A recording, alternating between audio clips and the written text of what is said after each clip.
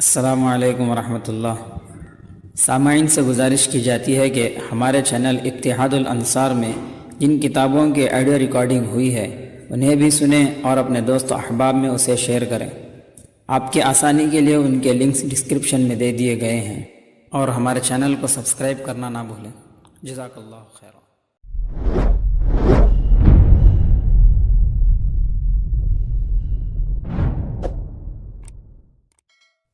بسم اللہ الرحمن الرحیم۔ سیرت پاک صلی اللہ علیہ وسلم۔ جنگ بدر۔ قریش نے آج تک مسلمانوں کو ستایا، خدا کے رسول صلی اللہ علیہ وسلم کو بڑی سے بڑی تکلیفیں پہنچائیں، مگر مسلمانوں نے انہیں اس کا منہ توڑ جواب نہیں دیا۔ وہ خاموشی سے ظلم سہتے اور ان کا برا بھلا سنتے، اس لیے کہ وہ اپنے خدا اور اس کے رسول کی اجازت کا انتظار کر رہے تھے کہ وہ خدا و رسول کی اجازت کے بغیر کچھ نہیں کرتے تھے، اس واسطے کہ ان کا کوئی کام اپنے ذاتی فائدے کے لیے نہیں ہوتا تھا، بلکہ وہ اس کی کوشش کرتے کہ ان کی دوستی اور دشمنی لوگوں سے ان کی صلاح یا جنگ صرف اپنے خدا اور رسول کو خوش کرنے کے لیے ہو اور اپنے دین کی عزت و حفاظت کے لیے ہو، تاکہ اس کے بدلے میں ان سے خدا بھی خوش ہو اور رسول خدا بھی، اور اس نیکی کے صلے میں انہیں ثواب حاصل ہو۔ قریش نے مسلمانوں کو بڑی بڑی تکلیفیں پہنچائی تھیں، انہیں ان کے شہروں سے نکال دیا تھا اور ان کے مال و دولت اور گھروں پر قبضہ کر کے بیٹھ گئے، مگر مسلمانوں کو اپنے اس نقصان کی پرواہ نہیں تھی، نہ اپنے گھر بار کے لٹنے کی وجہ سے ان کے دلوں میں قریش کے خلاف غصہ تھا، بلکہ ان کو قریش پر اس لیے غصہ تھا کہ وہ خدا کے سچے دین کو پھیلانے سے روک رہے تھے، لوگوں کو اس لیے ستا رہے تھے کہ انہوں نے سیدھا راستہ اختیار کر لیا تھا۔ وہ قریش پر اس لیے غضبناک تھے کہ انہوں نے خدا کے نبی کو تکلیفیں پہنچائیں، آپ کی نصیحتوں کے بدلے میں آپ کو گالیاں دی گئیں۔ مسلمان قریش سے اس لیے بدلہ لینا چاہتے تھے کہ انہوں نے ان کو خدا کے گھر سے محروم کر دیا اور کعبے کی زیارت سے روک دیا تھا۔ ان کے دل بیت اللہ کا طواف کرنے اور حج کرنے کے لیے ترستے تھے، مگر بیچ میں قریش راستہ روکے ہوئے کھڑے تھے۔ ان کی آنکھیں مسجد حرام کو دیکھنے کے لیے تڑپتی تھیں، مگر مکے کے ان مشرکوں نے دنیا کی اس سب سے زیادہ مقدس جگہ کا دروازہ ان کے لیے بند کر رکھا تھا۔ اس طرح مسلمانوں کے سینوں میں قریش کے خلاف جتنا بھی غصہ تھا وہ اپنے خدا اور رسول اور اپنے دین کے لیے تھا، اسی لیے وہ ان سے بدلہ بھی اس وقت لینا چاہتے تھے جب خدا اور رسول اس کی اجازت دیں، کیونکہ یہ لڑائیاں عبادت تھیں، اسلام اور کفر کی لڑائیاں تھیں، جن میں مرنے والے شہید کہلاتے ہیں اور زندہ رہنے والے غازی۔ شہیدوں سے خدا خوش ہوتا ہے، اس لیے کہ انہوں نے خدا کے راستے میں اپنی جان پیش کر دی، خدا تعالیٰ انہیں اپنے یہاں بڑے بڑے درجہ عطا فرماتا ہے، ادھر غازیوں کو دنیا اور آخرت دونوں کی عزت حاصل ہو جاتی ہے۔ اللہ تعالیٰ ان سے خوش ہوتا ہے، اس لیے کہ انہوں نے بہادری کے ساتھ اس کے دین کی حفاظت کی۔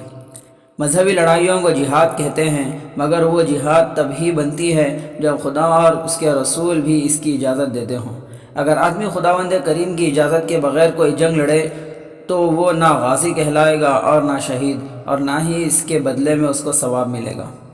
اسی لیے مسلمانوں نے خدا اور رسول کی اجازت کا انتظار کیا تاکہ یہ جنگ نہ رہے بلکہ جہاد کہلائے، اس میں لڑنے والے شہید یا غازی کہلائیں، اور اس کے بدلے میں ان کا خدا ان سے خوش ہو جائے۔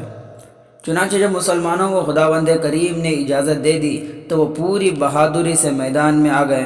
جس غزوے میں رسول صلی اللہ علیہ وسلم نے جانا چاہا وہ تلواریں لے کر ساتھ ہو گئے، جہاں آپ نے انہیں بھیجنا چاہا وہ جان ہتھیلی پر رکھ کر اٹھ کھڑے ہوئے، لیکن ابھی تک جس جگہ بھی وہ گئے وہاں یا تو لڑائی ہوئی ہی نہیں، اور اگر ہوئی ہے تو بہت معمولی سی ہوئی۔ ہجرت کو 1.5 سال سے زیادہ ہو چکا تھا۔ رسول صلی اللہ علیہ وسلم کو معلوم ہوا کہ ابو سفیان کی سرداری میں قریش کا ایک قافلہ آ رہا ہے جو شام سے تجارت کر کے واپس میں مکے جا رہا ہے۔ یہ قافلہ بہت زبردست تھا، اس میں 30-40 آدمی تھے، لیکن اس قافلے کے ساتھ لاکھوں روپے کا سامان بھی تھا، ہزاروں اونٹ اور بہت زیادہ مال و دولت تھا۔ اس قافلے میں حضرت عمرو بن عاص بھی تھے جو اس وقت تک مسلمان نہیں ہوئے تھے۔ رسول اللہ صلی اللہ علیہ وسلم کو یہ خبر ملی تو آپ نے یہ فرمایا کہ اس قافلے کو روکیں اور اس کا مال و دولت ضبط فرما لیں۔ چنانچہ آپ نے صحابہ سے اس کا ذکر کر کے فرمایا، یہ قریشیوں کا قافلہ ہے، اس میں ان کا بہت مال و دولت ہے، تم لوگ چل کر اسے روک لو، شاید خدا تمہیں یہ دولت مال غنیمت میں دلا دے۔ اس کے بعد رسول خدا صلی اللہ علیہ وسلم قافلے کی طرف روانہ ہوئے۔ آپ کے ساتھ کل 313 آدمی تھے، 70 اونٹ تھے اور 2 گھوڑے۔ اس دفعہ پہلی مرتبہ آپ کے ساتھ انصاری صحابہ بھی تھے۔ اس طرح آپ مدینے سے روانہ ہوئے۔ بہت سے مسلمان بغیر کسی تیاری کے ہی ساتھ ہو گئے اور کچھ تیار ہو کر نکلے۔ کچھ صحابہ کو رسول صلی اللہ علیہ وسلم نے جاسوسی کے لیے روانہ کیا تاکہ وہ قافلے کی خبریں لے کر آئیں۔ ادھر ابو سفیان بھی مسلمانوں کے آ جانے کا دھڑکا لگا اور اس لیے انہوں نے بھی اپنے جاسوس پھیلا رکھے تھے۔ انہوں نے راستے میں بدر سے پہلے منزل پر پڑاؤ ڈال دیا۔ یہاں اپنے جاسوسوں کے ذریعے انہیں معلوم ہوا کہ مسلمان ان کی تلاش میں ہے۔ یہ سن کر ابو سفیان بہت زیادہ گھبرا گئے۔ انہوں نے فوراً زمزم ابن عمرو کو بلا کر کہا کہ تم ابھی مکے جاؤ اور قریش سے کہو کہ فوراً مدد لے کر آئیں، اس لیے کہ مسلمان ہمارے قافلے پر حملہ کرنے اور سامان لوٹنے کا ارادہ کر رہے ہیں۔ ابو سفیان نے زمزم کو حکم دیا کہ جب تم مکے میں داخل ہو تو اپنی اونٹنی کے دونوں کانوں کو کاٹ ڈالنا، ہودج کو الٹا کر اور اپنی قمیص سامنے اور پیچھے سے پھاڑ دینا۔ یہ مکے والوں کا رواج تھا کہ جب کوئی شخص بری خبر لے کر آتا تھا تو وہ اس طرح شہر میں داخل ہوا کرتا تھا۔ زمزم کے مکے پہنچنے سے 3 دن پہلے حضرت عباس کی بہن عاتقہ نے ایک بہت ڈراؤنا خواب دیکھا۔ عاتقہ رسول اللہ صلی اللہ علیہ وسلم کی پھوپھی تھیں۔ وہ اپنے خواب سے پریشان تھیں۔ انہوں نے فوراً اپنے بھائی حضرت عباس کو بلا کر ان سے کہا، بھائی، رات میں نے ایک بہت ڈراؤنا خواب دیکھا ہے اور مجھے ایسا لگ رہا ہے کہ تمہاری قوم پر کوئی بڑی مصیبت آنے والی ہے۔ میں تمہیں وہ خواب سناتی ہوں مگر اس کا ذکر کسی سے مت کرنا۔ حضرت عباس نے ان سے خواب پوچھا تو انہوں نے بتایا، میں نے دیکھا کہ ایک شخص اونٹ پر سوار آتا ہے۔ وہ ایک جگہ آ کر رکا۔ اس جگہ کا نام ابطاح تھا۔ یہاں پہنچ کر اس نے بہت اونچی آواز سے یہ جملہ کہا کہ اے قریشیوں، 3 دن کے اندر اندر اس جگہ کے لیے چل پڑو جہاں تمہیں قتل کیا جائے گا۔ یہ سن کر لوگ اس کی طرف دوڑے۔ پھر وہ سوار وہاں سے بیت اللہ میں آیا۔ لوگ اس کے پیچھے پیچھے آ رہے تھے۔ اب لوگوں نے دیکھا تو وہ اچانک اپنے اونٹ سمیت کعبے کی چھت پر چڑھا نظر آیا۔ یہاں سے اس نے پھر وہی آواز لگائی، اے قریشیوں، 3 دن کے اندر اندر اس جگہ کے لیے چل پڑو جہاں تمہیں قتل کیا جائے گا۔ اس کے بعد اچانک وہ اپنے اونٹ سمیت اس پہاڑ پر نظر آیا جس کا نام ابو قبیس تھا۔ یہاں اس نے پھر وہی جملہ کہا کہ اے قریشیوں، 3 دن کے اندر اندر اس جگہ کے لیے چل پڑو جہاں تمہیں قتل کیا جائے گا۔ اس کے بعد اس سوار نے ایک بہت بڑا پتھر اٹھایا اور اسے پہاڑ سے نیچے پھینک دیا۔ وہ پتھر نیچے گر کر چور چور ہو گیا اور اس کے ٹکڑے مکے کے ہر مکان میں جا گرے۔ حضرت عباس نے ڈراؤنا خواب سنا تو انہوں نے اپنی بہن عاتقہ سے کہا، اس خواب کو چھپائے رکھو، کسی سے اس کا ذکر مت کرنا۔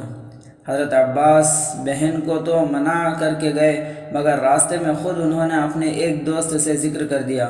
اس نے اپنے باپ سے کہا، پھر کیا تھا؟ یہ خبر ایک دم سارے مکے میں پھیل گئی۔ ابو جہل نے جب سنا تو وہ بہت بگڑا۔ اس نے حرم میں آ کر حضرت عباس سے کہا، طواف کرنے کے بعد ذرا میری ایک بات سن لینا۔ ابو جہل اس وقت قریشیوں کے ایک مجمع کے ساتھ حرم میں بیٹھا تھا اور اسی خواب کا ذکر چل رہا تھا۔ جب حضرت عباس طواف سے نمٹے تو ابو جہل نے ان سے پوچھا، ابو الفضل، کیوں بھائی تم میں یہ نبیلہ کب پیدا ہوئی ہے؟ حضرت عباس نے پوچھا، کیا بات ہے؟ ابو جہل بولا، وہی خواب کا قصہ ہے جو عاتقہ نے دیکھا ہے۔ حضرت عباس ابھی تک مسلمان نہیں ہوئے تھے۔ انہوں نے دیکھا کہ ابو جہل بہت غصے میں ہیں، اس لیے فوراً صفائی کرنے لگے کہ یہ غلط ہے، عاتقہ نے کوئی ایسا خواب ہی نہیں دیکھا۔ مگر ابو جہل بہت جھلایا ہوا تھا، کہنے لگا، عبد المطلب کی اولاد، ابھی تک تو تمہارے مرد ہی پیشن گوئیاں کیا کرتے تھے، مگر معلوم ہوتا ہے اب تمہاری عورتوں نے بھی آئندہ کی خبریں بتانا شروع کر دیا ہے۔ پھر ابو جہل بگڑتا رہا اور کہنے لگا، ہم 3 دن انتظار کریں گے، اگر کوئی بات ہوئی تو خیر، ورنہ اگر یہ خواب غلط ثابت ہوا تو ہم تمہارے خلاف ایک تحریر لکھیں گے کہ یہ عرب کا سب سے جھوٹا خاندان ہے۔ مگر عاتقہ کا یہ خواب سچا ہو گیا کہ 3 دن کے بعد زمزم مکے پہنچ گیا۔ جب وہ مکے کے قریب پہنچا تو اس نے اپنی اونٹنی کے دونوں کان کاٹ ڈالے۔ اپنا کرتا پھاڑ ڈالا اور زین کا رخ اونٹ کی دم کی طرف کر کے زور زور سے چلانے لگا، قریش والوں غضب ہو گیا، تمہارا جو مال شام سے آ رہا ہے اس کو روکنے کے لیے محمد اور اس کے ساتھی نکل کھڑے ہوئے ہیں، جلدی کرو اور اس کی خبر لو، پتہ نہیں تم اسے بچا بھی سکو گے یا نہیں۔ مدد مدد! ابو جہل نے یہ سنا تو وہ بدحواس ہو کر حرم کی طرف بھاگا۔ جیسے ہی مکے والوں نے زمزم کی یہ پکار سنی، ان میں ہلچل سی مچ گئی، خاص طور پر ابو جہل کا حال بہت خراب تھا، غصے کے مارے وہ طوفان بنا پھر رہا تھا۔ غرض ہر شخص کا یہ حال تھا کہ وہ آپے سے باہر ہو جا رہا تھا۔ وہ لوگ کہنے لگے شاید محمد اور اس کے ساتھیوں نے اس قافلے کو بھی ابن حضرمی کا قافلہ سمجھا ہوگا، خدا کی قسم اب کہ انہیں پتہ چل جائے گا۔ مکے والے مدد کے لیے اٹھ کھڑے ہوئے اور انہوں نے پورے زور و شور سے جنگ کی تیاریاں شروع کر دیں۔ مکے کا کوئی گھر ایسا نہیں تھا جو جان و مال سے اس تیاری میں شریک نہ ہوا ہو۔ ہر شخص یا تو خود جا رہا تھا یا اپنی جگہ کسی کو بھیج رہا تھا۔ قریش کے بڑے لوگ چھوٹوں کی مدد کر کے انہیں تیار کر رہے تھے۔ سرداروں میں ابو لہب کے سوا کوئی بھی پیچھے نہیں رہا۔ ایک قریشی عاص ابن ہشام پر ابو لہب کے 4000 درہم بنتے تھے، اس نے عاص کو اپنی جگہ بھیج دیا اور اس کے بدلے میں 4000 درہم چھوڑ دیے۔ وہ خود جاتے ہوئے عاتقہ کے خواب کی وجہ سے ڈر رہا تھا، کیونکہ اس کو یقین تھا کہ یہ خواب سچا ہے اور پورا ہوگا۔ جو شخص بھی جانے میں ہچکچاتا، قریش اس کو شرم دلاتے، وہ اس کو الزام دیتے کہ وہ مرد نہیں عورت ہے۔ اس کو سرما دانیاں اور چولہے پیش کرتے کہ سنگار کرو اور گھر میں بیٹھ کر عورتوں کی طرح چولہے ہانڈی کا کام کرو، اس لیے کہ اگر تم مرد ہوتے تو گھر میں گھس کر نہ بیٹھتے بلکہ جنگ کے میدان میں چلتے۔ ایسی باتیں سن کر ہچکچانے والا بھی چلنے پر تیار ہو جاتا۔ یہ واقعہ امیہ بن خلف کے پاس پیش آیا۔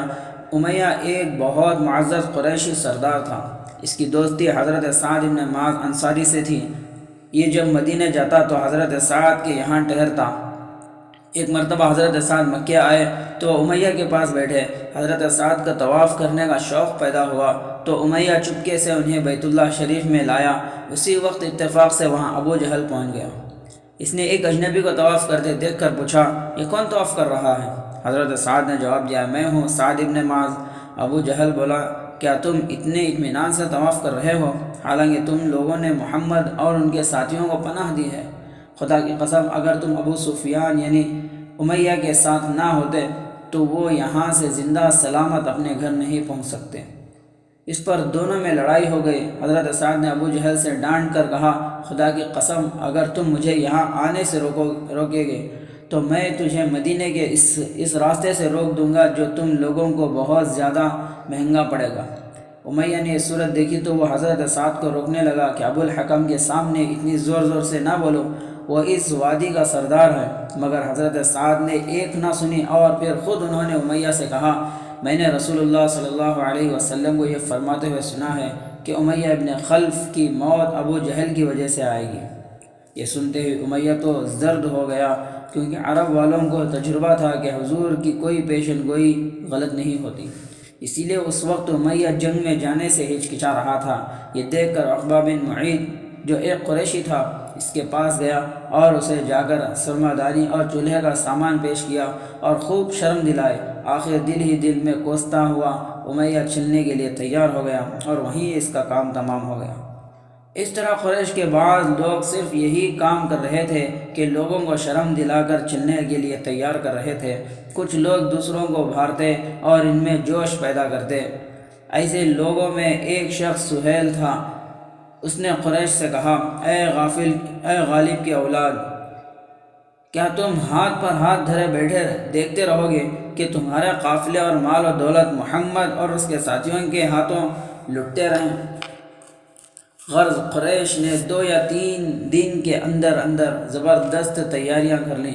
ہر شخص جوش و غضب میں بھرا ہوا تھا اور یہ سمجھ رہا تھا کہ بس اس دفعہ یہ روز روز کا جھگڑا ہی ختم کر دیں گے۔ قریش کے اس لشکر میں 950 یا 1000 آدمی تھے جو نہایت بہادر اور لڑنے مرنے والے سمجھے جاتے تھے۔ اس لشکر میں 100 گھوڑے تھے، 700 اونٹیں اور سینکڑوں زرہیں وغیرہ تھیں۔ ان کے ساتھ گانے والیوں کی بھی ایک جماعت تھی۔ یہ عورتیں رسول اللہ اور صحابہ کی شان میں بہت برے شعر پڑھتی جا رہی تھی۔ قریشی لشکر اپنی طاقت کے نشے میں مست گانا بجانا بڑھتا رہا۔ ادھر ابو سفیان جب اپنے قافلے کے ساتھ بدر کے میدان میں قریب پہنچے تو انہیں معلوم ہوا تھا کہ مسلمان قافلہ روکنے کے لیے نکل آئے ہیں۔ انہوں نے فوراً زمزم کو مکے بھیجا تاکہ وہ مدد لے کر آئیں۔ چونکہ ابو سفیان بہت زیادہ ڈرے ہوئے تھے، اس لیے زمزم کو روانہ کرنے کے بعد وہ خود بھی وہاں نہیں رکے۔ انہوں نے اسی وقت قافلے کو تیاری کا حکم دیا اور ذرا ہی دیر میں وہاں سے روانہ ہو گئے۔ وہاں سے مکے جانے کا سیدھا راستہ وہی تھا جو بدر کے مقام سے گزر رہا تھا۔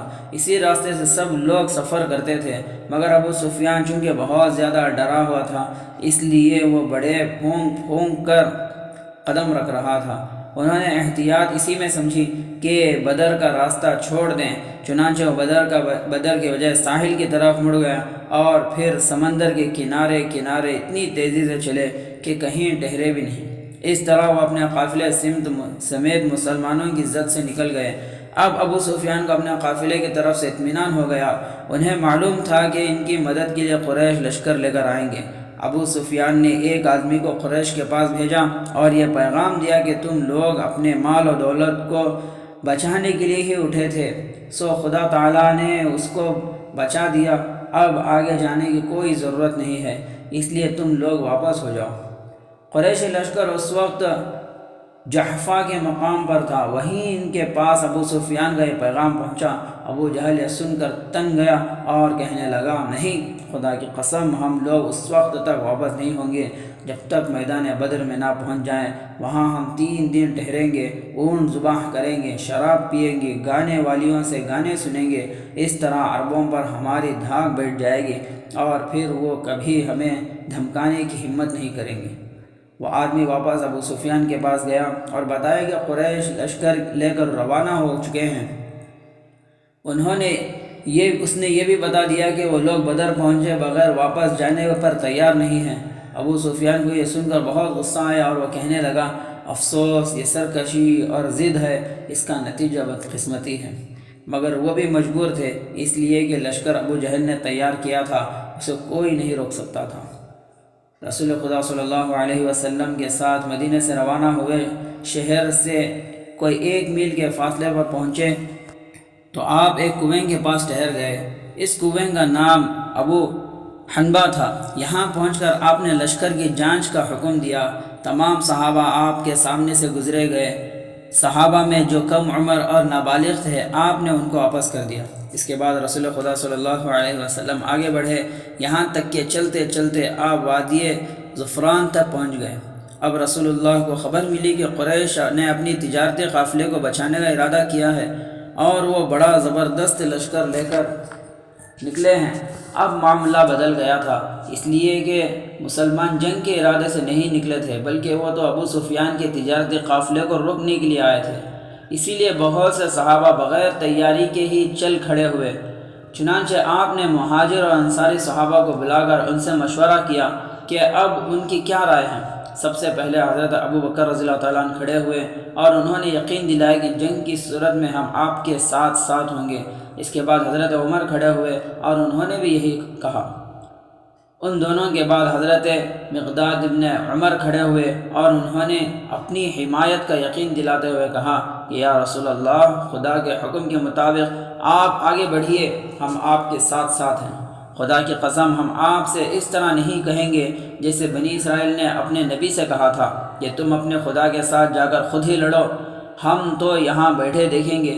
اس کے بجائے ہم آپ سے یہ عرض کرتے ہیں کہ آپ جنگ کیجئے، ہم آپ کے ساتھ جانیں دینے کے لیے حاضر ہیں۔ اس پر رسول اللہ صلی اللہ علیہ وسلم نے ان کو دعا دی۔ پھر آپ نے فرمایا، لوگوں مجھے مشورہ دو۔ اس سے رسول اللہ صلی اللہ علیہ وسلم کا مقصد یہ تھا کہ انصاریوں کی رائے بھی معلوم ہو جائے، کیونکہ وہ پہلی بار آپ کے ساتھ لڑائی پر نکلے تھے۔ حضرت سعد بن معاذ انصاری رضی اللہ تعالیٰ عنہ قبیلہ اوس کے سردار تھے۔ وہ سمجھ گئے کہ رسول اللہ کا اشارہ ہماری طرف ہے۔ انہوں نے پوچھا، شاید آپ کا اشارہ ہماری طرف ہے یا رسول اللہ؟ آپ نے فرمایا، بے شک۔ حضرت سعد نے عرض کیا، یا رسول اللہ، ہم آپ پر ایمان لا چکے ہیں اور اس بات کا اقرار کر چکے ہیں کہ جو پیغام آپ لے کر آئے ہیں وہ بالکل سچا ہے۔ ہم آپ کے سامنے عہد کر چکے ہیں کہ آپ کا ہر حکم ہمارے سر آنکھوں پر ہے۔ اس لیے یا رسول اللہ جو آپ کا ارادہ ہے اس کے مطابق چلیے، ہم آپ کے ساتھ ہیں۔ اس ذات کی قسم جس نے آپ کو سچائی دے کر بھیجا ہے، اگر آپ ہمیں لے کر سمندر میں بھی اتارنا چاہیں گے تو ہم آپ کے ساتھ رہیں گے۔ ہم میں سے کوئی بھی منہ نہیں موڑے گا، ہم دشمن کے سامنے جانے سے بھی نہیں گھبراتے۔ ممکن ہے کہ خدا تعالیٰ آپ کو ہمارے ذریعے سے ایسی خوشی عطا فرمائے جس سے آپ کی آنکھیں ٹھنڈی ہوں، اس لیے ہمیں ساتھ لیجئے اور خدا کے نام پر آگے بڑھیے۔ حضرت سعد کی اس تقریر سے رسول اللہ صلی اللہ علیہ وسلم بے حد خوش ہو گئے اور آپ کو اطمینان ہو گیا۔ اب آپ نے فرمایا، خدا کے نام پر بڑھو، تمہیں کامیابی حاصل ہوگی، اس لیے کہ اللہ تعالیٰ نے مجھ سے وعدہ فرمایا ہے کہ وہ دونوں جماعتوں میں سے ایک پر مجھے کامیابی دے گا، یعنی یا تو قریشی قافلہ اور اس کا مال و دولت، اور اگر ہم قافلہ چھوڑ کر لشکر کی طرف بڑھیں تو اس پر فتح۔ خدا کی قسم ایسا ہے جیسے دشمن کی بربادی مجھے سامنے نظر آ رہی ہے۔ اس کے بعد رسول اللہ صلی اللہ علیہ وسلم ظفران سے روانہ ہوئے۔ آپ اصافر اور دبدبے سے گزرتے ہوئے بدر کے میدان کے قریب اترے۔ یہاں پہنچ کر آپ نے حضرت علی، حضرت زبیر اور حضرت سعد رضی اللہ عنہم اجمعین کو بھیجا کہ وہ بدر کے چشمے کے پاس جائیں اور قریش کے بارے میں کوئی خبر لے کر آئیں۔ یہاں ان تینوں کو قریش کے کچھ سکے ملے۔ صحابہ ان میں سے 2 سکوں کو پکڑ کر اپنے پڑاؤ میں لے کر آئے۔ اس وقت رسول اللہ صلی اللہ علیہ وسلم نماز پڑھ رہے تھے۔ صحابہ نے ان سکوں سے پوچھا کہ وہ کون ہیں؟ انہوں نے جواب دیا، ہم قریش کے سکے ہیں، انہوں نے ہمیں پانی پلانے کے لیے بھیجا تھا۔ صحابہ نے اس پر یقین نہیں کیا، اس لیے کہ انہیں یقین تھا کہ یہ ضرور ابو سفیان کے آدمی ہوں گے۔ صحابہ نے اس جواب پر ان دونوں کو مارا تاکہ وہ سچی بات بتائیں۔ سکوں کو ڈر ہوا کہ اگر ہم ان سے ان کی مرضی کا جواب نہ دیا کریں تو ہمیں یہ اور ماریں گے، اس لیے انہوں نے کہا کہ ہم ابو سفیان کے آدمی ہیں۔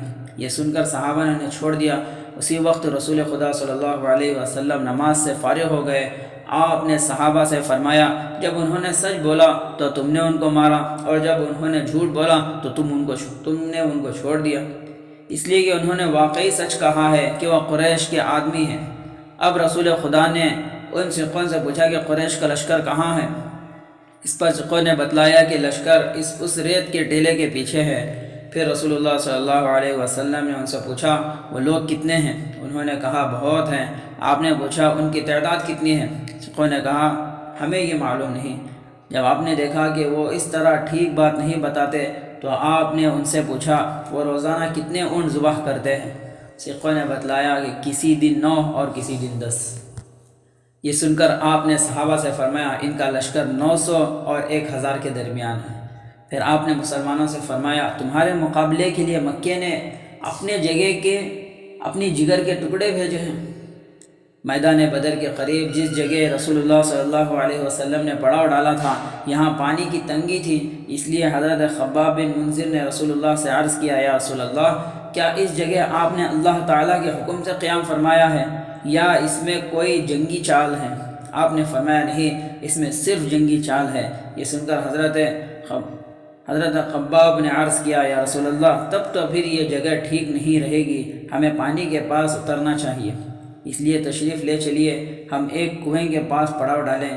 اس طرح ایک تو یہ فائدہ ہوگا کہ ہم اس کنویں کے ساتھ والے سارے کنووں پر بھی قبضہ کر لیں گے، اور ادھر یہ کہ ہم اس کنویں پر ایک حوض بنا کر اسے پانی سے بھرا رکھیں گے۔ اس کے بعد لڑائی کے بعد ہمیں تو پانی ملتا رہے گا لیکن دشمن کو نہیں مل سکے گا۔ رسول خدا صلی اللہ علیہ وسلم نے اس رائے کو بہت پسند فرمایا، چنانچہ آپ تمام صحابہ کے ساتھ وہاں سے روانہ ہوئے اور اس کنویں پر آ کر قیام فرمایا جس کی حضرت خباب نے رائے دی تھی۔ اب حضرت سعد رضی اللہ تعالیٰ رسول اللہ صلی اللہ علیہ وسلم کی خدمت میں حاضر ہوئے اور انہوں نے عرض کیا، یا رسول اللہ، میرا خیال ہے کہ ہم آپ کے لیے ٹیلے کے اوپر ایک چبوترا بنا دیں، آپ اس پر تشریف رکھیں، وہیں آپ کے واسطے سواریاں تیار رہیں گی، اس کے بعد ہم دشمن سے جنگ کریں گے، اگر خدا تعالیٰ نے ہمیں فتح نصیب فرمائی تو اس سے اچھی کوئی بات نہیں ہوگی، لیکن اگر ایسا نہ ہوا تو آپ سواری پر بیٹھ کر واپس مدینہ تشریف لے جائیں، وہاں آپ کے وہ انصاری جانثار موجود ہیں جو اس موقع پر ساتھ نہیں آ سکے، آپ کی محبت میں وہ ہم سے کم نہیں ہیں، اگر انہیں یہ معلوم ہو ہوتا کہ جنگ کی ضرورت پڑے گی تو وہ کبھی پیچھے نہ رہتے۔ وہ لوگ آپ کی پوری طرح حفاظت کرتے اور آپ کے ساتھ رہ کر دشمنوں سے لڑیں گے۔ یہ سن کر رسول اللہ صلی اللہ علیہ وسلم نے حضرت سعد کو بہت دعائیں دی۔ پھر آپ کے لیے چبوترا تیار کیا گیا اور آپ وہیں رہے۔ جس جگہ جنگ ہوئی تھی وہاں رسول اللہ صلی اللہ علیہ وسلم لڑائی سے پہلے تشریف لے گئے تھے۔ جس صبح کو لڑائی ہوئی اس کی رات میں آپ وہاں پہنچے اور دشمنوں کے مرنے کی ایک ایک جگہ بتلائی کہ خدا تعالیٰ نے چاہا تو کل اس جگہ فلاں شخص مرے گا، اس جگہ فلاں شخص مرے گا۔ آپ زمین پر ہاتھ رکھتے اور فرماتے اس جگہ فلاں آدمی قتل ہوگا اور اس جگہ فلاں۔ لڑائی کے بعد جب دشمن کی لاشیں اٹھائی گئیں تو جس کے مرنے کی جو جگہ حضور نے بتلائی تھی اس کی لاش وہیں سے ملی۔ اس لڑائی میں دشمن مسلمانوں سے 3 گنا زیادہ تھے۔ پھر یہ کہ ان کے پاس ہر طرح کے ہتھیار تھے، اونٹ اور گھوڑے تھے۔ ادھر مسلمان تھوڑے بھی تھے اور ان کے پاس ہتھیار بھی بہت کم تھے۔ اسی واسطے قریش خوش تھے کہ فتح ان کی ہوگی۔ جنگ سے پہلے رسول اللہ صلی اللہ علیہ وسلم نے خدا تعالیٰ سے فرمایا، دعا فرمائیں کہ اگر یہ مٹھی بھر مسلمان لڑائی میں ختم ہو گئے تو پھر دنیا میں تیری عبادت کرنے والا کوئی نہیں رہے گا۔ لڑائی کے دن صبح کی نماز کے بعد ہی رسول اللہ صلی اللہ علیہ وسلم نے مسلمانوں کی صفیں بنائی۔ آپ کے ہاتھ میں ایک چھڑی تھی، آپ اس سے صفیں برابر کر رہے تھے۔ جو بھی صف سے نکلا ہوا ہوتا آپ اس کو پیچھے ہٹا کر قطار کے برابر کر دیتے۔ قریش نے عمیر بن وہب کو مسلمانوں کے لشکر کی طرف بھیجا کہ وہ اسلامی فوج کی تعداد معلوم کر کے آئے۔ عمیر نے اپنے گھوڑے پر سوار ہو کر اسلامی لشکر کا ایک چکر لگایا اور پھر واپس جا کر قریش سے کہا وہ 300 کے لگ بھگ ہیں، مگر ذرا ٹھہرو، میں یہ بھی دیکھ لوں کہ ان کا کوئی دوسرا لشکر کہیں چھپا ہوا تو نہیں۔ اس کے بعد عمیر دوبارہ گئے۔ اس دفعہ وہ بہت دور تک دیکھ کر آئے مگر وہاں کوئی اور لشکر نہیں ملا تو واپس آ کر کہنے لگے مجھے اور کوئی لشکر نظر نہیں آیا، مگر ہاں یہ میں نے دیکھا ہے کہ ان پر موت سوار ہے، انہیں کسی بات کی پرواہ نہیں ہے، وہ یثرب کے سینچائی کرنے والے اونٹوں کی طرح سخت ہیں، کیا تم دیکھتے نہیں وہ گونگوں کی طرح بالکل خاموش ہیں مگر سانپوں کی طرح پھنکارتے پھر رہے ہیں۔ وہ لوگ اپنے گھروں کو واپس جانے کے ارادے سے نہیں آئے، ان کے پاس اپنی حفاظت کا کوئی سامان نہیں، اپنی تلواروں کے سوا ان کے پاس کوئی بچاؤ کا راستہ نہیں ہے۔ خدا کی قسم تم ان میں سے کسی کو اس وقت تک نہیں مار سکو گے جب تک وہ خود تمہارا ایک آدمی نہیں مارے گا۔ اب اگر واقعی انہوں نے ہماری بھی اتنے ہی آدمی مار لیے جتنے ان کے مریں گے تو یہ بڑی رسوائی کی بات ہوگی اور اس کے بعد زندگی میں کوئی مزہ نہیں ہوگا، اس لیے پہلے ہی خوب اچھی طرح سوچ سمجھ لو۔ جب یہ بات قریش کے لوگوں نے سنی تو وہ بڑے گھبرائے۔ حکیم بن حزام فوراً قریشی سپہ سالار عتبہ بن ربیعہ کے پاس آئے اور اسے سمجھایا کہ محمد سے لڑ کر تم نقصان اٹھاؤ گے، اس لیے اچھا یہی ہے کہ لڑائی کا خیال چھوڑ دو اور واپس ہو جاؤ۔ عتبہ کی یہ بات سمجھ میں آ گئی کیونکہ عتبہ کے اس جنگ میں آنے کی صرف ایک وجہ تھی اور وہ تھی عمرو بن حضرمی کا قتل، جسے حضرت واقد بن عبداللہ نے قتل کیا تھا۔ یہ قتل اس وقت ہوا تھا جب رسول اللہ صلی اللہ علیہ وسلم نے حضرت عبداللہ بن جحش کو ایک بند خط دے کر مجاہدوں کی جماعت کے ساتھ بھیجا تھا۔ وہ نخلا کے مقام پر ٹھہرے تھے اور وہیں مشرکوں کا ایک قافلہ آ رکا۔ مسلمانوں نے اس قافلے پر حملہ کیا اور ادب والے مہینوں میں عمرو بن حضرمی کا قتل ہو گیا تھا۔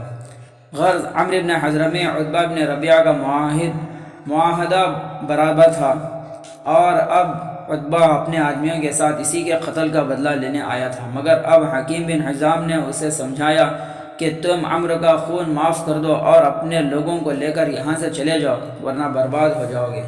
عتبہ نے کہا کہ میں تو تیار ہوں، تم ابو جہل کو راضی کر لو۔ اب حکیم یہاں سے ابو جہل کے پاس گیا مگر ابو جہل بات ماننے کے بجائے الٹا عتبہ کو ہی طعنے دینے لگا کہ وہ بزدل ہے، مگر عتبہ اب لڑنا نہیں چاہتا تھا، اس لیے اس نے پھر بھی لوگوں کو واپس چلنے کے لیے سمجھانا شروع کر دیا۔ ابو جہل کو یہ معلوم ہوا تو اس نے لوگوں سے کہا کہ اصل میں عتبہ کا بیٹا محمد کے ساتھ ہے، اس لیے وہ تمہیں لڑائی سے روک رہا ہے تاکہ کہیں اس کا بیٹا نہ مارا جائے۔ اس پر عتبہ نے مجبور ہو کر واپسی کا ارادہ ختم کر دیا۔ ادھر اللہ تعالیٰ کی یہ حکمت تھی کہ جنگ سے پہلے مشرکوں کو مسلمان بہت تھوڑے سے نظر آتے رہے، اس سے ان کی ہمت بن گئی اور انہوں نے حملہ کیا، مگر لڑائی شروع ہونے کے بعد انہیں مسلمان بہت زیادہ نظر آنے لگے، اس سے وہ خوف زدہ ہو گئے اور انہیں شکست ہوئی۔ ادھر خدا تعالیٰ کی یہ قدرت تھی کہ جب جنگ چھڑ گئی تو مسلمانوں کو مشرک بہت تھوڑے سے معلوم ہوئے، اس سے ان کے دل بڑھ گئے اور انہوں نے زبردست حملہ کر کے انہیں مار بھگایا۔ مسلمانوں نے اپنے لیے ایک حوض تیار کی تھی تاکہ انہیں لڑائی کے وقت پانی کی تکلیف نہ ہو۔ جب مشرکوں کا لشکر بدر پہنچا تو ان کے بھی کچھ آدمی اس حوض میں سے پانی پینے آئے، ان میں حضرت حکیم بن حزام بھی تھے، یہ بھی اس وقت مسلمان نہیں ہوئے تھے۔ مسلمانوں نے ان مشرکوں کو روکنا چاہا تو آپ نے فرمایا انہیں مت روکو، اس لیے کہ ان میں سے جو بھی پانی پی لے گا وہ آج قتل ہوگا۔ اور پھر ایسا ہی ہوا کہ جس مشرک نے بھی اس میں سے پانی پی لیا وہ اسی دن قتل ہو گیا، صرف حضرت حکیم بن حزام بچ گئے تھے، وہ بعد میں مسلمان ہو گئے۔ اب دونوں لشکر آمنے سامنے آ چکے تھے۔ عربوں کا قاعدہ تھا کہ عام جنگ شروع کرنے سے پہلے ایک اپنے بہادروں میں سے کسی ایک کو اپنے آگے بھیجتے تھے، وہ سامنے آ کر دشمن کے بہادروں میں سے کسی کو اپنے مقابلے کے لیے بلاتا تھا، اور اس طرح پہلے دو بہادر تنہا تنہا لڑتے تھے۔ اب مشرکوں کی صفوں میں سے پہلے عتبہ بن ربیعہ، اس کا بھائی شیبہ اور اس کا بیٹا ولید نکلے۔ انہوں نے اپنے اپنے مقابلے کے لیے مسلمان بہادروں کو پکارا۔ ان کی اس للکار پر مسلمانوں کی صفوں میں سے 3 انصاری نوجوان نکلے۔ جب وہ سامنے آئے تو عتبہ وغیرہ نے ان سے پوچھا تم کون ہو؟ انہوں نے جواب دیا ہم انصاری ہیں۔ عتبہ وغیرہ نے کہا کہ ہمیں تمہاری ضرورت نہیں۔ اس کے بعد ان میں سے ایک للکارا محمد ہمارے مقابلے پر ہماری قوم کے آدمی بھیجو۔ اس پر رسول اللہ صلی اللہ علیہ وسلم نے حضرت حمزہ، حضرت علی اور حضرت عبیدہ بن حفص رضی اللہ تعالیٰ عنہ کو پکارا اور فرمایا کہ تم جاؤ۔ اس پر یہ تینوں صحابہ مقابلے کے لیے پہنچے۔ مشرکوں نے ان سے پوچھا کہ تم کون ہو؟ انہوں نے اپنے نام بتائے تو عتبہ وغیرہ نے کہا کہ اب برابر کی جوڑ ہے۔ اب حضرت حمزہ عتبہ کی طرف بڑھے اور اسے ایک ہی وار میں ختم کر دیا۔ حضرت علی ولید کی طرف بڑھے اور انہوں نے بھی اس کو پہلے ہی وار میں قتل کر دیا۔ اس کے بعد حضرت عبیدہ شیبہ کی طرف بڑھے، ان دونوں میں تلوار کے وار ہونے لگے۔ اسی میں شیبہ کی تلوار حضرت عبیدہ کی ٹانگ پر پڑی اور ان کی پنڈلی کٹ گئی۔ حضرت حمزہ اور حضرت علی نے یہ دیکھا تو فوراً آئے اور انہوں نے شیبہ کو بھی اس کے بھائی اور بھتیجے کے پاس پہنچا دیا۔ پھر انہوں نے حضرت عبیدہ کو زخمی حالت میں اٹھا کر رسول اللہ صلی اللہ علیہ وسلم کے پاس پہنچا دیا۔ بدر سے واپسی کے وقت حضرت عبیدہ صفرہ کے مقام پر شہید ہو گئے اور وہیں ان کو دفنایا گیا۔ اب جنگ شروع ہو چکی تھی۔ رسول اللہ صلی اللہ علیہ وسلم خود لشکر میں تشریف لائے اور آپ نے مجاہدوں کو جوش اور حوصلہ دلایا۔ پھر آپ نے فرمایا اس ذات کی قسم جس کے قبضے میں محمد کی جان ہے، آج جو بھی ان مشرکوں سے لڑ رہا ہے وہ اگر صبر و شکر کے ساتھ اور پیٹھ دکھائے بغیر قتل ہو گیا تو اللہ تعالیٰ اس کو جنت میں داخل کرے گا۔ حضرت عمیر بن حمام نے رسول اللہ کی زبان مبارک سے جنت کا یہ وعدہ سنا تو انہوں نے بے اختیار کہا واہ واہ، میرے جنت میں داخل ہونے کے لیے صرف اتنا درکار ہے کہ یہ لوگ مجھے قتل کر دیں۔ حضرت عمیر اس وقت کھجور کھا رہے تھے، انہوں نے اسے پھینک دیا اور مشرکوں کی صفوں میں گھس کر لڑنے لگے۔ آخر اسی بہادری سے لڑتے لڑتے وہ شہید ہو گئے۔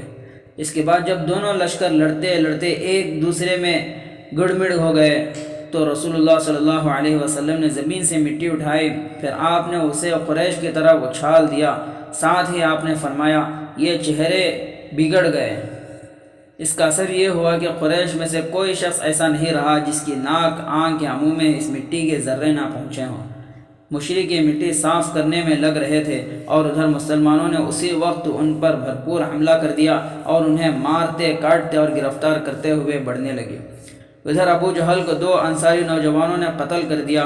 انہوں نے اس کو بہت زیادہ زخمی کر دیا تھا، وہ زمین پر گر گیا۔ یہ انصاری سمجھے کہ مر گیا ہے، اس لیے وہ اس کو یوں ہی چھوڑ کر چلے آئے، حالانکہ ابو جہل اس وقت تک زندہ تھا اور سسک رہا تھا۔ غرض مسلمانوں کو زبردست کامیابی نصیب ہوئی۔ اس لڑائی میں بے شمار قریشی قتل ہوئے، بہت سے گرفتار ہوئے، باقی لوگ جانیں بچا کر بھاگ گئے۔ جب لڑائی ختم ہو گئی اور مسلمانوں کو فتح حاصل ہو گئی تو رسول خدا نے حکم دیا کہ مشرکوں کی لاشوں میں ابو جہل کی لاش ڈھونڈیں۔ حضرت عبداللہ بن مسعود رضی اللہ تعالیٰ نے اسے ڈھونڈ لیا۔ وہ ایک جگہ پڑا ہوا اپنی سانس پورے کر رہا تھا۔ یہ اسلام کا سب سے بڑا دشمن تھا، اس لیے حضرت عبداللہ اس کی گردن پر پیر رکھ کر کھڑے ہو گئے، مگر یہ بدبخت اس وقت بھی اپنی بڑائی سے باز نہیں آیا۔ کہنے لگا، او بھیڑوں کے چرانے والے، تو نے بہت بڑی جگہ پیر رکھا ہے۔ حضرت عبداللہ نے جب اس کی گردن کاٹنے کا ارادہ کیا، اس وقت بھی ابو جہل کو اپنی سرداری کا خیال نہیں بھولا۔ اس نے حضرت عبداللہ سے کہا، دیکھو میری گردن مونڈھوں کے پاس سے کاٹنا، تاکہ یہ سب گردنوں میں اونچی رہے اور معلوم ہو جائے کہ ایک بڑے سردار کی گردن ہے۔ حضرت زبیر رضی اللہ تعالیٰ نے ابو جہل کی گردن اتاری اور اسے رسول اللہ کے سامنے لا کر ڈال دیا۔ آپ نے اسلام کے اس دشمن کو اس حال میں دیکھ کر خدا تعالیٰ کا شکر ادا کیا۔ غزوہ بدر میں قریش کے بہت سے بڑے بڑے سردار اور سالار قتل ہوئے، ان کے 70 آدمی قتل ہوئے اور اتنے قید ہوئے۔ مسلمانوں میں سے کل 14 صحابہ شہید ہوئے۔ اس کے بعد رسول اللہ صلی اللہ علیہ وسلم نے مشرکوں کی لاشوں کو ٹھکانے لگانے کا حکم دیا۔ مسلمانوں نے ان کو ایک کنویں میں بھر کر اسے پاٹ دیا۔ جب رسول خدا صلی اللہ علیہ وسلم بدر سے روانہ ہونے لگے تو آپ اس کنویں کے پاس آ کر کھڑے ہو گئے۔ یہ رات کا وقت تھا اور اس وقت لاشوں کو دبائے ہوئے 3 دن گزر چکے تھے۔ آپ نے ان مردہ قریشیوں کو ان کے نام لے لے کر پکارا اور پھر فرمایا، برے لوگ تھے تم نے مجھے جھٹلایا مگر دوسرے لوگوں نے میری تصدیق کی، تم نے مجھے نکالا مگر دوسرے لوگوں نے مجھے پناہ دی، تم نے میرے ساتھ جنگ کی مگر دوسرے لوگوں نے میرا ساتھ دیا۔ اب بتاؤ، تمہارے رب نے تم سے جو وعدہ کیے تھے، کیا تم نے ان کو سچا پایا؟ مجھ سے تو میرے رب نے جو وعدہ کیے تھے وہ پورے ہو گئے۔ حضرت عمر رضی اللہ تعالیٰ نے یہ سنا تو انہوں نے رسول اللہ صلی اللہ علیہ وسلم سے پوچھا، یا رسول اللہ، آپ ان سوکھی ہوئی لاشوں کو پکار رہے ہیں؟ آپ نے جواب دیا، جو کچھ میں نے ان سے کہا ہے انہوں نے اس کو سن لیا ہے مگر یہ جواب نہیں دے سکتے۔ خدا تعالیٰ نے اپنے رسول کو مشرکوں پر فتح نصیب فرمائی۔ جب رسول اللہ صلی اللہ علیہ وسلم واپس مدینے جانے لگے تو آپ نے حضرت زید بن حارثہ اور عبداللہ بن رواحہ کو آگے روانہ کیا تاکہ وہ مسلمانوں کو فتح کی خوشخبری سنا دیں۔ جب رسول اللہ صلی اللہ علیہ وسلم مدینہ تشریف لے جا رہے تھے تو اس وقت آپ کے صاحبزادی حضرت رقیہ سخت بیمار تھیں۔ حضرت رقیہ حضرت عثمان رضی اللہ تعالیٰ عنہ کے نکاح میں تھیں۔ رسول اللہ نے حضرت عثمان کو اپنی صاحبزادی کی تیمارداری کے لیے مدینے میں ہی چھوڑ دیا تھا، مگر رسول خدا کی تشریف آوری سے پہلے ہی حضرت رقیہ کا انتقال ہو گیا۔ جس وقت فتح کی خوشخبری مدینے میں پہنچی اس وقت مسلمان حضرت رقیہ کو دفنا کر مٹی برابر کر رہے تھے۔ حضرت زید نے آ کر اعلان کیا، لوگوں، قریش کے فلاں فلاں آدمی قتل ہو گئے اور فلاں فلاں سردار قید ہو گئے ہیں۔ یہ سن کر اسلام کا دشمن کعب بن اشرف انہیں جھٹلانے لگا اور کہنے لگا، اگر محمد نے واقعی ان سرداروں کو قتل کر دیا ہے تو اس جینے سے مر جانا بہتر ہے۔ اس طرح اس خبر سے یہودی اور منافق جل رہے تھے۔ جنگ ختم ہو گئی اور مسلمانوں کو زبردست فتح نصیب ہوئی۔ جب رسول اللہ صلی اللہ علیہ وسلم میدان بدر سے واپس ہونے لگے تو آپ نے صحابہ کو حکم دیا کہ مشرکوں کے پڑاؤ میں جو کچھ مال اور سامان ملے وہ سب ایک جگہ جمع کر دیا جائے۔ جب یہ مال غنیمت جمع ہو گیا تو آپ نے اس کو ساتھ لے چلنے کے لیے لدوا دیا اور حضرت عبداللہ بن کعب انصاری کو اس کی نگرانی پر مقرر فرما دیا۔ راستے میں آپ نے صفرا میں قیام فرمایا اور یہیں مال غنیمت مسلمانوں میں برابر تقسیم فرمایا اور اس کے بعد مدینہ تشریف لائے۔ مدینہ پہنچ کر رسول خدا صلی اللہ علیہ وسلم نے صحابہ سے مشورہ کیا کہ قیدیوں کے بارے میں کیا کرنا چاہیے۔ حضرت عمر رضی اللہ تعالیٰ نے رائے دی کہ یہ سب اسلام کے دشمن ہیں، اس لیے ان کو قتل کر دینا چاہیے۔ رسول اللہ صلی اللہ علیہ وسلم نے حضرت ابو بکر سے پوچھا تو انہوں نے عرض کیا، یا رسول اللہ، ان میں آپ کے عزیز بھی ہیں، ان پر خدا تعالیٰ نے آپ کو فتح اور قبضہ عطا فرمایا ہے، اس لیے میری رائے ہے کہ آپ انہیں قتل نہ کریں بلکہ ان سے فدیہ یعنی جان کی قیمت لے کر انہیں چھوڑ دیں۔ زیادہ صحابہ کی رائے فدیے کی تھی، اس لیے یہی بات طے ہوئی۔ جو لوگ فدیہ دینے کی طاقت رکھتے تھے وہ جان کی قیمت دیکھ کر رہا ہو گئے اور جو لوگ بالکل مفلس تھے وہ رہ گئے۔ بدر کی لڑائی میں قریش کی کمر ہی ٹوٹ گئی تھی۔ اس لیے کہ انہیں بدترین شکست کا سامنا کرنا پڑا تھا۔ قریش کے جو لوگ قید ہوئے تھے ان میں وہب بن عمیر بھی تھے جو بعد میں مسلمان ہو گئے۔ ان کے باپ عمیر رسول اللہ صلی اللہ علیہ وسلم کی جانی دشمن تھے۔ جب انہیں اپنے بیٹے کی گرفتاری کا حال معلوم ہوا تو ایک روز صفوان بن امیہ کے پاس گئے۔ صفوان مکے کے ایک بڑے سردار تھے، رسول اللہ صلی اللہ علیہ وسلم کے سخت دشمن تھے۔ انہوں نے بھی بات کو اسلام قبول کر لیا۔ جہاں بیٹھے ہوئے یہ دونوں باتیں کر رہے تھے اس جگہ کا نام حجر تھا۔ یہ دونوں ان قریشی سرداروں کا ذکر کر رہے تھے جو جنگ بدر میں قتل ہو گئے تھے۔ صفوان عمیر سے کہنے لگے، ان سب کے مرنے کے بعد اب خدا کی قسم زندگی میں کوئی مزہ نہیں رہا۔ عمیر نے کہا، ٹھیک ہے، ٹھیک کہتے ہو، میں تو قرض میں پھنسا ہوا ہوں، ورنہ میں مدینے جاتا اور خدا کی قسم محمد کو قتل کر دیتا، اس لیے کہ میرا تو بیٹا بھی وہیں قید ہے۔ صفوان نے سنا تو انہوں نے فوراً عمیر کو لالچ دینا شروع کیا اور ان سے کہا کہ تمہارا قرض میں چکا دوں گا اور عمر بھر تمہارے گھر والوں کا خرچ میں اٹھاؤں گا۔ یہ سن کر عمیر تیار ہو گئے۔ انہوں نے صفوان سے کہا کہ یہ بات کسی سے بتانا مت۔ اس کے بعد عمیر نے گھر جا کر تلوار نکالی، اس کی دھار تیز کی اور پھر اسے زہر میں بجھایا۔ اب وہ مکے سے چل کر مدینہ پہنچا۔ اس وقت مسجد نبوی میں حضرت عمر رضی اللہ تعالیٰ عنہ کچھ لوگوں کے ساتھ بیٹھے جنگ بدر کا ذکر کر رہے تھے۔ جس وقت عمیر نے مسجد نبوی کے دروازے پر جا کر اونٹنی بٹھائی تو حضرت عمر نے انہیں دیکھا۔ عمیر کے گلے میں تلوار لٹکی ہوئی تھی۔ حضرت عمر رضی اللہ تعالیٰ عنہ انہیں دیکھتے ہی رسول اللہ کے پاس گئے اور عرض کیا، یا رسول اللہ، یہ خدا کا دشمن عمیر تلوار لٹکائے ہوئے آیا ہے۔ آپ نے فرمایا، اسے میرے پاس لے کر آؤ۔ حضرت عمر آئے اور انہوں نے عمیر کی گردن میں جو تلوار کا پٹکا پڑا ہوا تھا اس سے انہیں پکڑ لیا اور لے چلے۔ اس وقت جو دوسرے صحابہ وہاں موجود تھے وہ بھی کہنے لگے، اس کو رسول اللہ صلی اللہ علیہ وسلم کے پاس لے چلو، اس کی نیت اچھی نہیں معلوم ہوتی۔ جب رسول اللہ نے اسے دیکھا تو آپ نے حضرت عمر سے فرمایا، عمر، اس کی گردن چھوڑ دو، عمیر قریب آ جاؤ۔ عمیر نے قریب پہنچ کر آپ کو اپنے رواج کے مطابق سلام کیا۔ آپ نے فرمایا، عمیر، ہمیں خدا تعالیٰ نے اس سے بھی اچھا سلام بتا کر عزت بخشی ہے، وہ جنت والوں کا سلام ہے، تم کس لیے آئے ہو؟ عمیر نے جواب دیا، میں اسی قیدی کے لیے آیا ہوں جو آپ کے ہاتھوں میں پڑ گیا ہے، یعنی میرا بیٹا وہب، اس کے معاملے میں آپ مہربانی فرمائیں۔ آپ نے پوچھا، پھر اس تلوار کا کیا مطلب ہے؟ اس پر عمیر نے بہانہ بنا دیا کہ یہ تو یوں ہی لٹکی ہوئی رہ گئی ہے، مگر رسول اللہ نے فرمایا، سچ سچ بتا، کس لیے آئے ہو؟ عمیر نے پھر کہا، میں اپنے اس قیدی ہی کے لیے آیا ہوں۔